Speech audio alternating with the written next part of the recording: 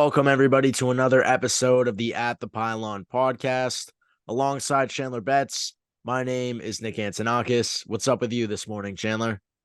There is nothing going on. Just like the Patriots at the trade deadline, nothing is happening in my life. Well, that's, I guess maybe it's better than you being busy, but we all wanted the Pats to be busy at the trade deadline.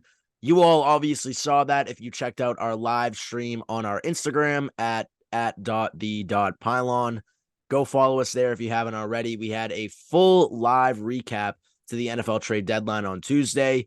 Unfortunately, and as I said there, we're going to dive into it deeper here today, and we'll start right off the bat with discussing that disappointing trade deadline for the Patriots.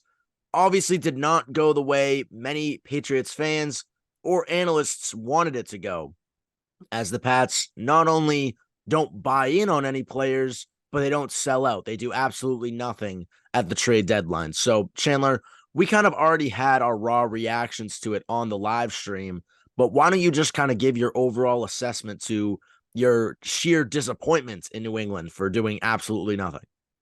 Yeah, so it's super frustrating to be in limbo in these situations. Having not won a playoff game in 5 years, the standard is much higher in New England than it is in other places across the league. Having not won a playoff game in 5 years, when you are so timid at such a junction of a season and a dynasty, really, that perpetuates mediocrity. And I'm fearing that that's becoming the new standard. The new standard is becoming a 6-win season, a 7-win season. If we could win 8 games and be slightly below 500, that's a win somehow. That's what we're starting to get into. And we don't want to become a team like the Commanders, who have worked very hard to do the exact opposite. This is quite the dichotomy of a week, as they sold their pass rush assets when we were hoping to sell our pass rush assets. And yeah, Chandler, that's a key point to make. The Washington Commanders, the New England Patriots opponent this upcoming Sunday. We're going to preview that game in full. But Washington made the most of their trade deadline, as you said, trading away former number 2 overall pick Chase Young to the San Francisco 49ers. He was dished out for only a 3rd-round pick.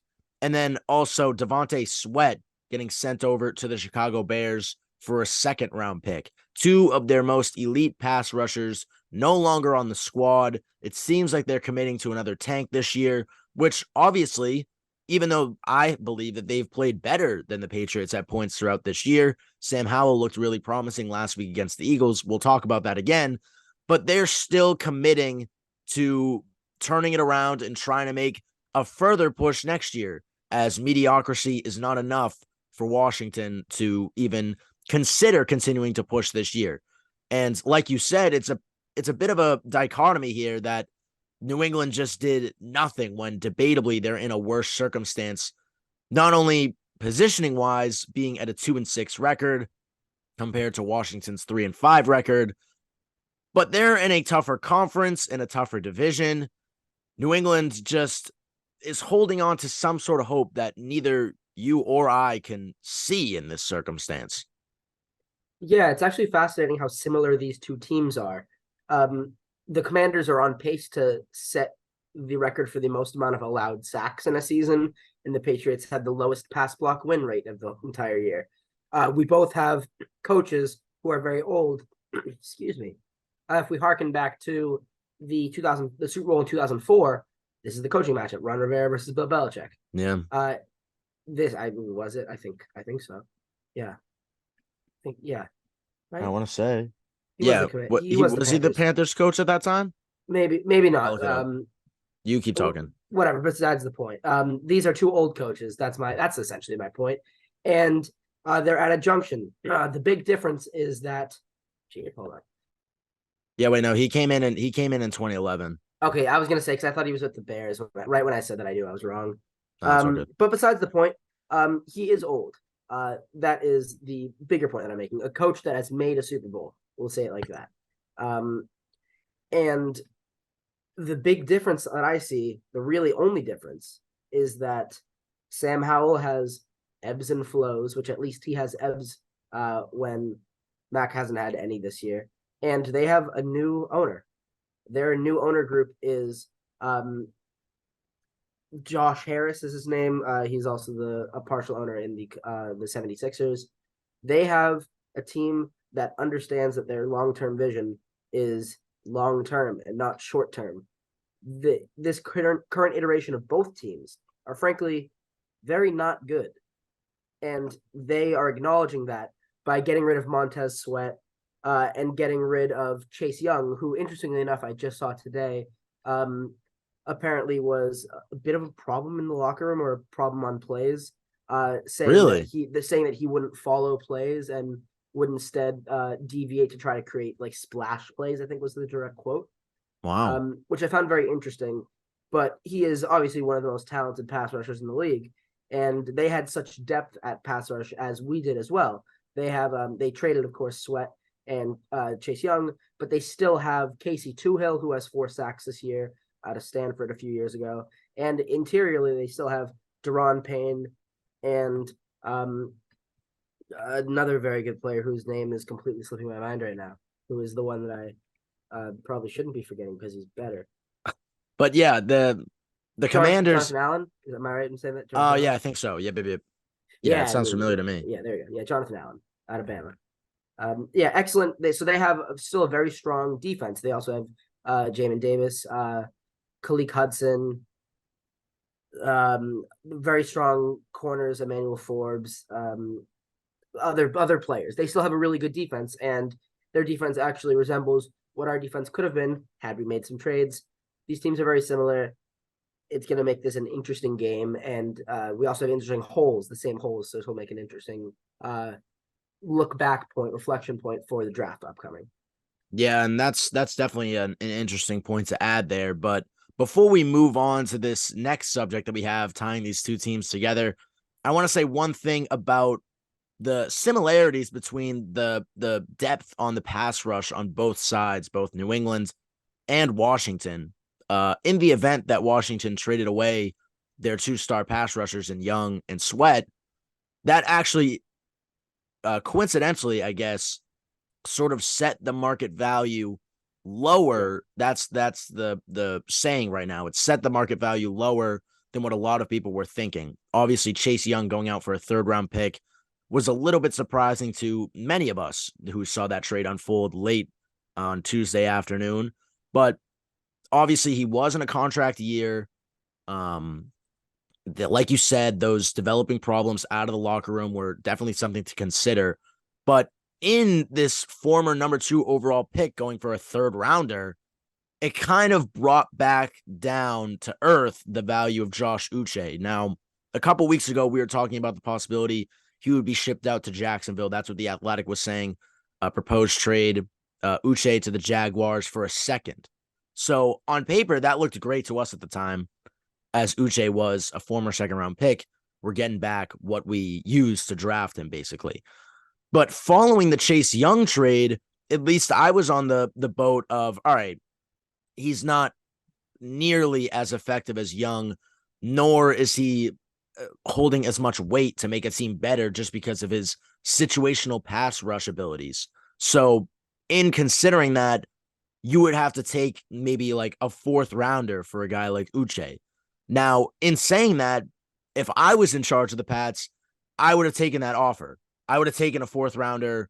And yeah, I know you would too. Yeah, likewise. So to me, it's just ridiculous that even though, sure, yeah, you're losing value on a guy, the fact of the matter is he's leaving in the offseason. He's not coming back. We're not going to be able to cough up the money for him after we're paying guys like Duggar and Owenu, who I at least believe will get signed far before we go even considering to bring back Uche, because these past 2 games we've seen, we have the pass rush depth. Maybe we don't need a guy like Josh Uche for a load of money this offseason. I mean, I'd love to keep him around, but considering the way we've treated former draft picks, giving them 2nd contracts, it hasn't exactly gone well. One point I'll make before we move on: the last Patriots draft pick to get a 2nd contract. Do you remember? Oh, geez, I'm trying to think now. To get a 2nd contract, last Patriots draft pick, not just any pick. Yep. You're gonna want to jump off a bridge when you hear it.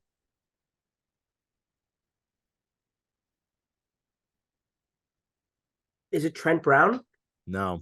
Is it Isaiah Wynn? Nope. Ready? Who? Josh Bailey, the punter. No, really? From what, like Four-year, 20? $23.5 million extension. 7 months later, he gets cut. Wow. Great job, Bill Belichick. Speaking of Bill Belichick, there have been rumors swirling this week, everybody, that the Washington Commanders may make a move at Bill in the offseason. Now, you were talking about that new owner, Josh Harris. Obviously, he's in a new system there in Washington, just taking over as their owner. He seems to want to push for the long-term success of the team. And per Pro Football Talk, I should say, Mike Florio, who I guess has been a little bit debatable in his news breaking, he said that there are rumors swirling that in the offseason, Harris is going to call Robert Kraft and inquire about the price it would take to basically acquire Bill Belichick in a trade. First off, Chandler, sources all over the moon have been going since this report dropped. They're like, this is not happening. There's no way. There's no way. But like, considering even the possibility being talked about by a notable analyst, I guess, what's your take? So I'll break this down and kind of compare this to another sport where this happens. This doesn't happen directly, but the idea of a team getting taken over and wanting to hire and bring in new big names. It happens a lot in soccer. So if we look towards some teams, recently Newcastle United have been purchased by the Saudi Public Fund, and there were immediately rumors. Jose Mourinho, who's one of the greatest coaches of all time, he's going to go there. They're going to spend all the money to get Pep Guardiola from Manchester City. They're going to spend all the money to get Jurgen Klopp from Liverpool. Of course, none of those happened. They ended up getting a young guy who was underappreciated kind of at his last job and then has done excellent work with them and has bought into this project. He's been excellent for them. He's brought them into the top four for the first time since the early or mid 2000s for them, which is very impressive, breaking that glass ceiling.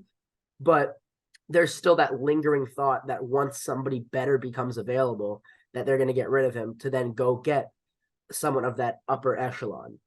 Now, I don't think that we're at that stage yet, and I would be stunned, utterly stunned, if Bill Belichick left at this stage in his career to then go to join another project that is not a step up. There is no significant benefit other than having an extra second and an extra third. That's the only benefit of going to the Commanders. And you have to completely reestablish your culture.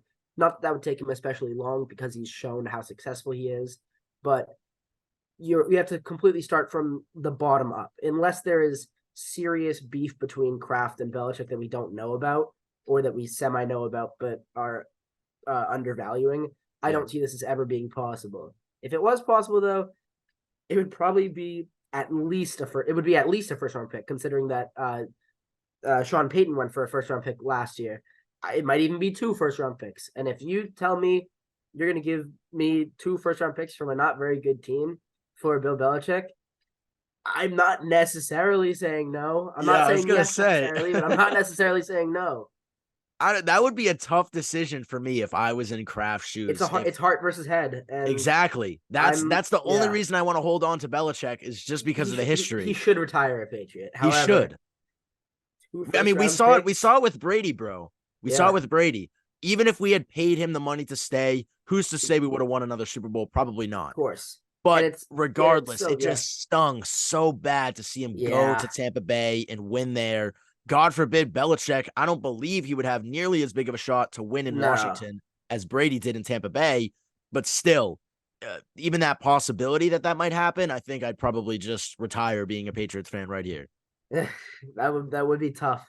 But it's so interesting considering that people are already calling for Belichick's head. They've been calling for it for a while. Yeah. And if you can turn that into having an actual tangible asset, that would be very impressive, especially if you can parlay that into getting the head coach that you want. If you get 2 first-round picks on top of the likely top 6 pick that we would have ourselves, that's a pretty enticing job for anybody to come into. While it is daunting to take over from a coach that has been there for 2 decades plus. I think that could be a job that could entice a Ben Johnson, who's the offensive coordinator of the Lions, who is the soup of the day right now. He's the in coordinator to become the next head coach. Wait, but what about Gerard Mayo? You got to consider the reason that we're keeping him around maybe to finally take over the throne when Belichick retires. Considering whether or not he's qualified for that position is up for debate. But it Yeah, seems like in the event that Belichick moves on, whether it's in a trade, whether it's him getting fired, whether it's him retiring, as long as Mayo continues to stick around, it's going to be his job for the taking. I understand that. I feel like that's very unambitious from the Patriots organization Yeah, because who was the head coach in waiting for about 9 years? Josh McDaniels. And how has he done in both of his head coaching stints, having just been fired a year and a half into a 6-year contract? He's frankly not a good head coach, and we've seen this as a constant in all of Belichick's coordinators becoming coaches. I don't think there's really been one successful one. Ironically, the most successful has been Bill O'Brien, and he has since shown that he doesn't know how to coordinate a culture, and that completely tanked.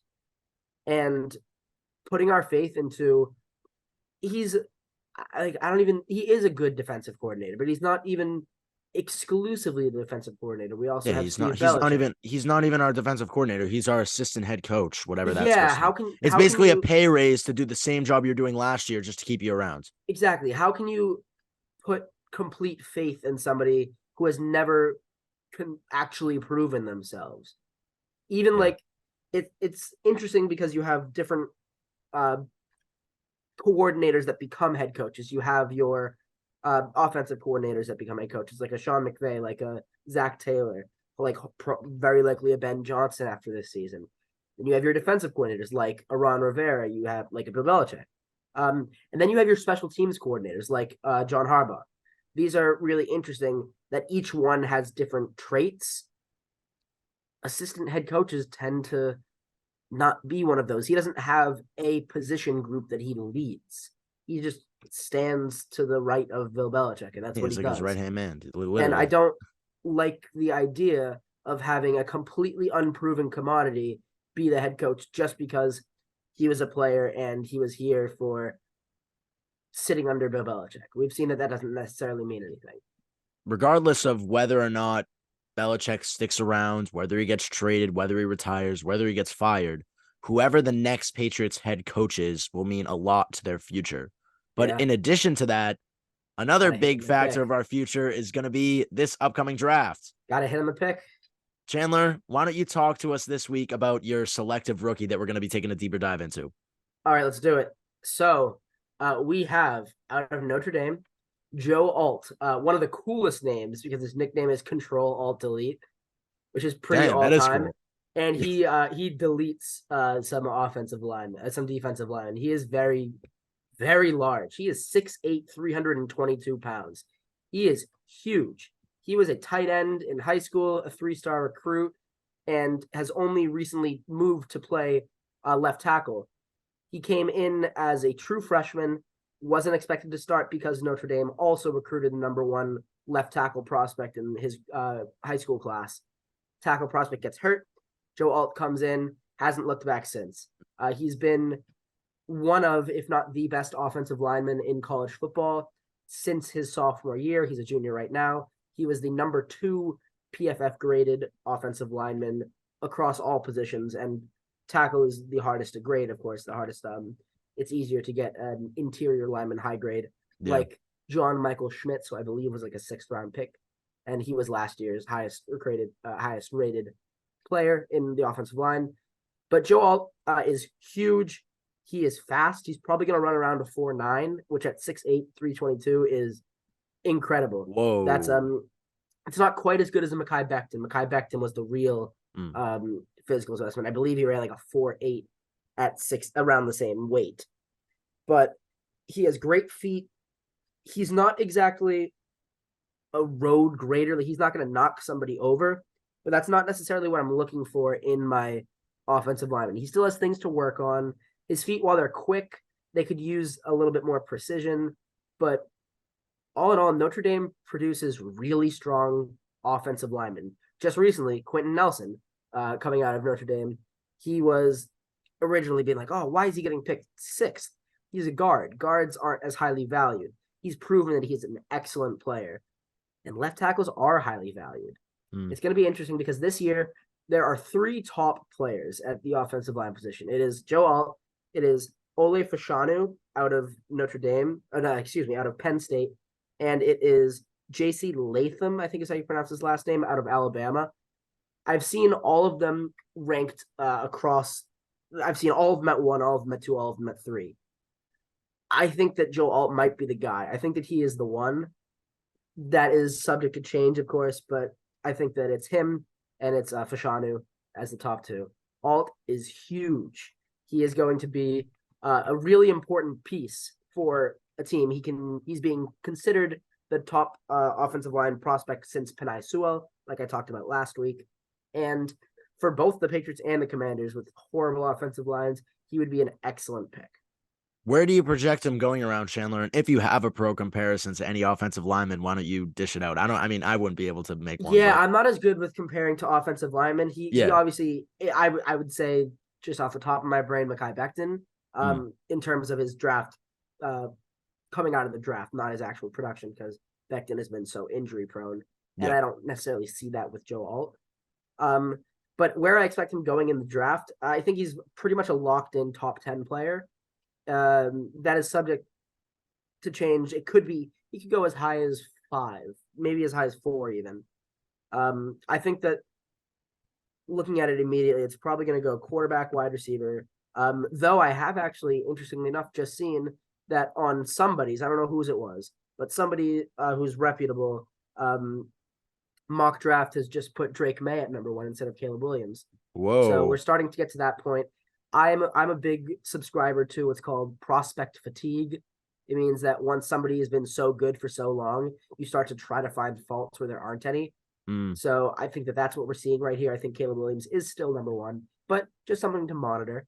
I think it's going to go quarterback, wide receiver, quarterback, offensive tackle. Whether that offensive tackle is Joe Alt or Ole Fashanu is to be seen. Yeah, and like you said, Chandler, this would be a big piece for the Patriots if they were able to add him. Yep. But it all weighs in on this Sunday's game. Let's kind of dive deeper into it. Let's start with the Patriots, obviously entering the matchup with a 2-6 record. Their first big storyline coming out of last week against Miami was Kendrick Bourne, their supposed number 1 wide receiver, going down with a knee injury in the game. It turns out that it was a torn ACL. He's done for the season. What does this mean for New England with their number 1 target out? Possibly the only real, consistent dynamic threat on that offense. That means that we're going to be placing even less trust in Mac because Mac can't place trust in his receivers. That's it's simple as that. We are completely dry of any talent on the wide receiver position that we are willing to play other than Pop Douglas. Pop Douglas is my savior. He is my little baby. No one will hurt him. But we have nothing, and therefore we should have no expectations of this offense. Yeah, and it's really sad to see Bourne go down. Obviously, before he went down last week, we talked about it on our post-game reaction episode on Monday. He was supposedly opted to be a trade chip since last year, and seeing him go down kind of totally ripped away his trade value, which in a way stinks because this year was a wash, and we could have used getting a draft pick for a guy like Bourne, but at the same time, his injury means traded him probably based on what we did with everyone else. Exactly. We wouldn't have moved him anyway. And now with this injury, it kind of locks him in to move on to next year's team, hopefully. But regardless of that huge injury that the Patriots have endured, we're starting to see the injury report come out for this week. Based off of yesterday's report on the did not participate list, we have offensive lineman Calvin Anderson. He was out with an illness still. Pharaoh Brown didn't participate with a back injury. Trent Brown did not participate with an ankle and knee, and Devontae Parker still out with that concussion. Then in the limited participation category, we had Christian Barmore with a knee, Jawan Bentley with a hamstring injury. We saw him leave on Sunday. Miles Bryant, something going on with his chest. Jonathan Jones, knee. Vidarian Lowe, ankle. Josh Uche still limited with that ankle and toe injury. And then Dietrich Wise Jr. with a shoulder injury. Now, looking at that did not participate list, Chandler, Trent Brown has been on and off the list all year long, but a new addition was Pharaoh Brown with that back injury. We really started to see him emerge as a real threat on this offense from the tight end position, leading to why we thought we would see at least one of our tight ends traded at the deadline. Obviously, that didn't happen, but this back injury leads to Pharaoh Brown missing his first practice as a member of the Patriots. How pivotal, I guess, is it for somebody who's really one of the only two guys who has been hot right now on our offense besides Pop? What does it mean for possibly seeing him run out and not be a factor for this offense? Yeah, I mean, I don't think it's that big of a deal. He has been very impressive, but that's obviously impressive relative to what we expect out of him. And truthfully, this happens all across the league. Players getting slightly banged up. This is the most physical sport in American popular sport. I'm not going to get into the rugby versus football debate. That's way above my pay grade. But this happens all the time. I'm not too worried about it, but it's going to maybe affect his production, maybe affect how many touches he gets. Well, this is something that we really have to wait at least one game to really see. Yeah, and that's fair. But considering our offensive talent, Chandler, is something that we've considered, Booty has been a subject of conversation week after week, seeing him sit out constantly from participation in games ever since that week 1 matchup against the Eagles that saw him get that reception. He couldn't get the toes tapped. And since then, we haven't seen him on a field since. Please put him back in. He didn't do anything wrong. And it looks promising, Chandler. This week in practice, Mike Reese reported out that he was seen practicing in second man reps. I believe it was behind Jalen Reagor. So I don't know why he was getting top man reps. I don't want to see him in at all. But Booty getting a chance there to possibly prove himself in practice is a sign of promise for us here who have been waiting for him to get in. What would it mean if he gets the nod this Sunday in a weaker wide receiver room than last week? There's literally no reason to not put him in. We have nothing. We have less than nothing. Jalen Reagor, quite literally was laughed at when he was picked by the Minnesota Vikings front office when the Eagles picked him instead of Justin Jefferson. Is there a player in there? Maybe. Can we find that player? I hope so, because we have nothing else. But you know where we know there's a player? Kayshon Boutte. Please just let him run. Just put him out there. What do you have to lose? You have Juju, who caught the easiest touchdown of all time last week. And yeah, he's still on the team. Yeah, I know he is still on the team. Crazy how we're like, yeah, same amount of money for Juju and Jacoby Myers. Goodbye, Jacoby Myers.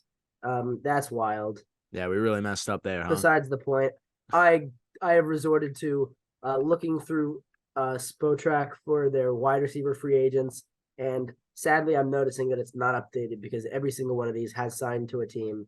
I got to the point where I made eye contact with Gunnar Olszewski and was like, do we? He's already on a team.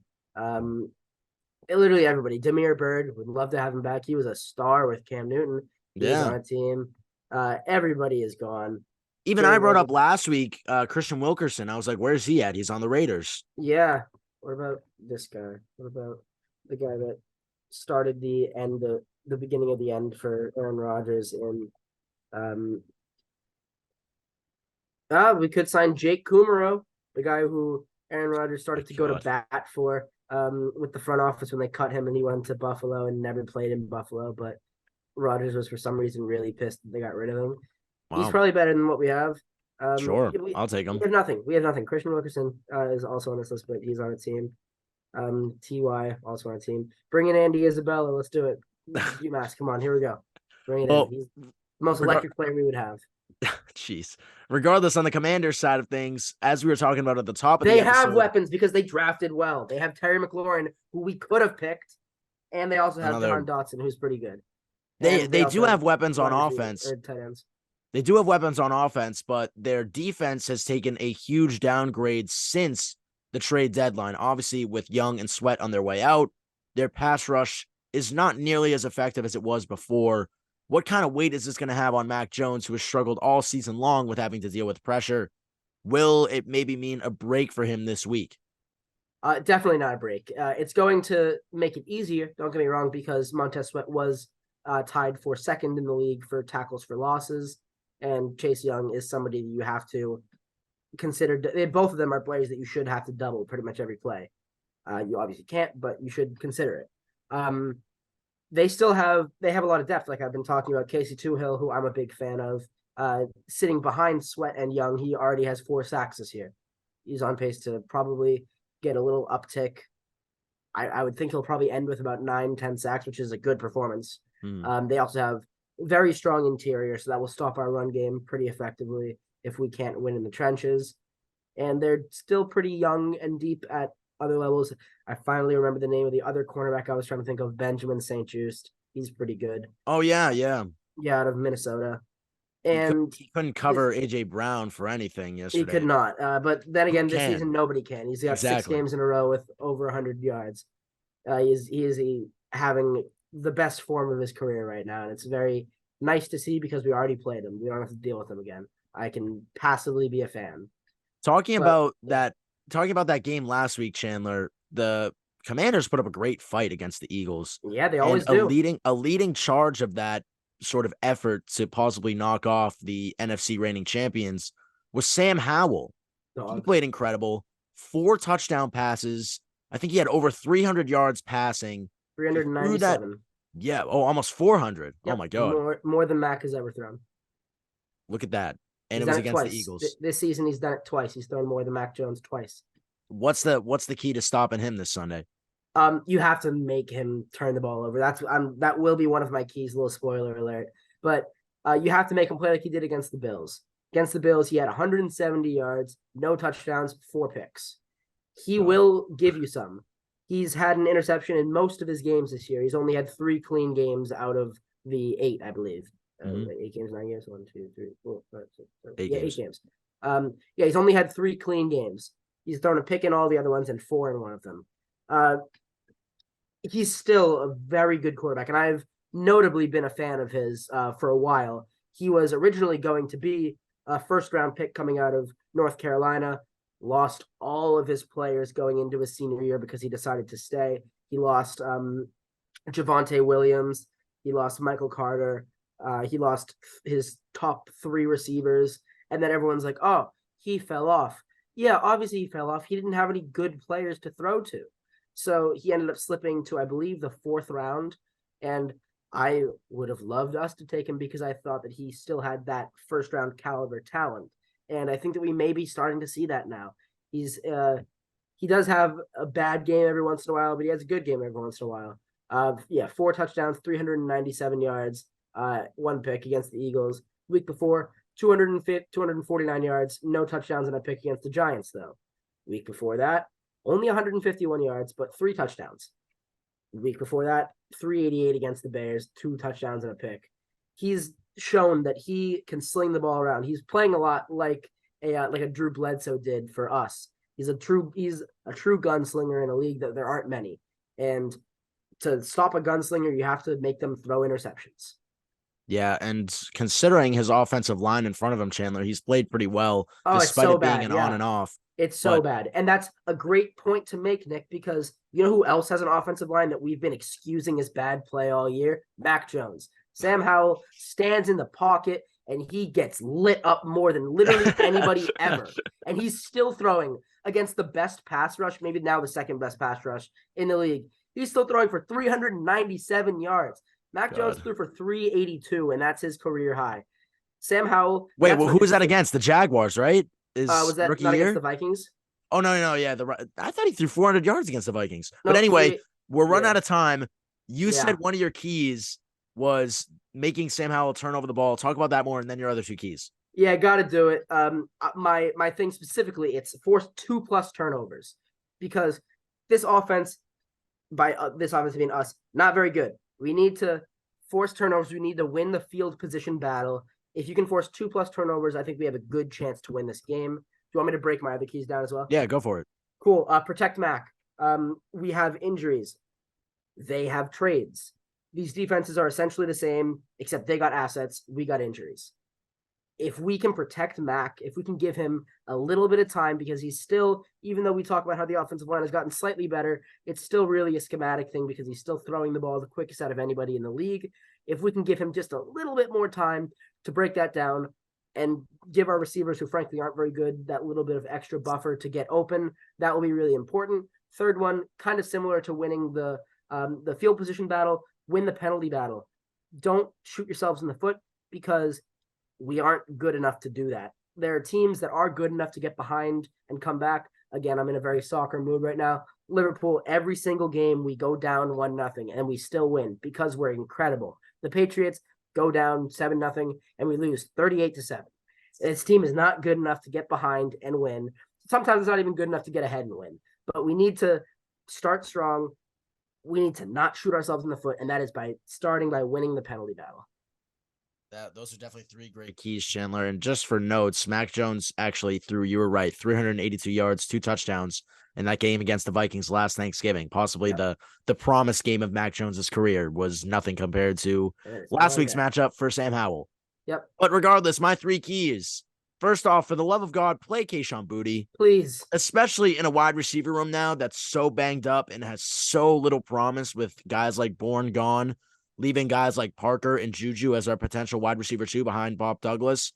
Please just put Boutte in. We saw him in the preseason. We saw him in that first game against the Eagles. He's shown signs of promise. Give him a chance. I think it'll be momentous for the Patriots. Second off, contain Scary Terry. Terry McLaurin popped off last week. He had a great game against one of the top defenses in the NFL in the Philadelphia Eagles. Obviously, last week, from the Patriots' perspective, we saw how bad it was dealing with a star wide receiver in Tyreek Hill.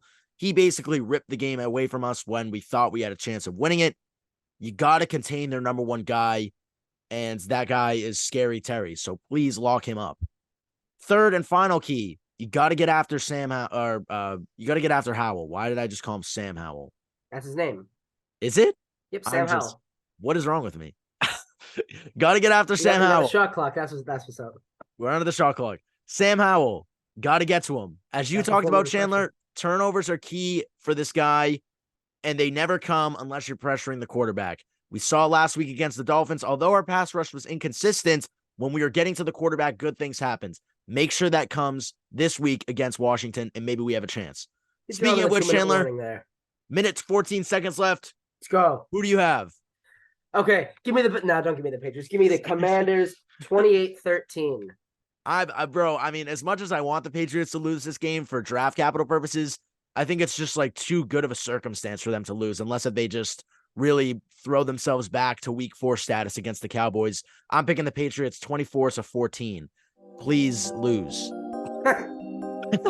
Anyway, we'll see you next Monday for our recap episode between the Patriots and the Commanders. Try to enjoy the game this week. Regardless of the result, it's probably going to suck because if we win, we're moving away from a top pick. If we lose, it's going to be painful. There is no joy right now in New England. Go watch the Celtics. Go watch the Bruins. Go watch the Celtics, yeah. Celtics are so good. We'll see you next week, everybody.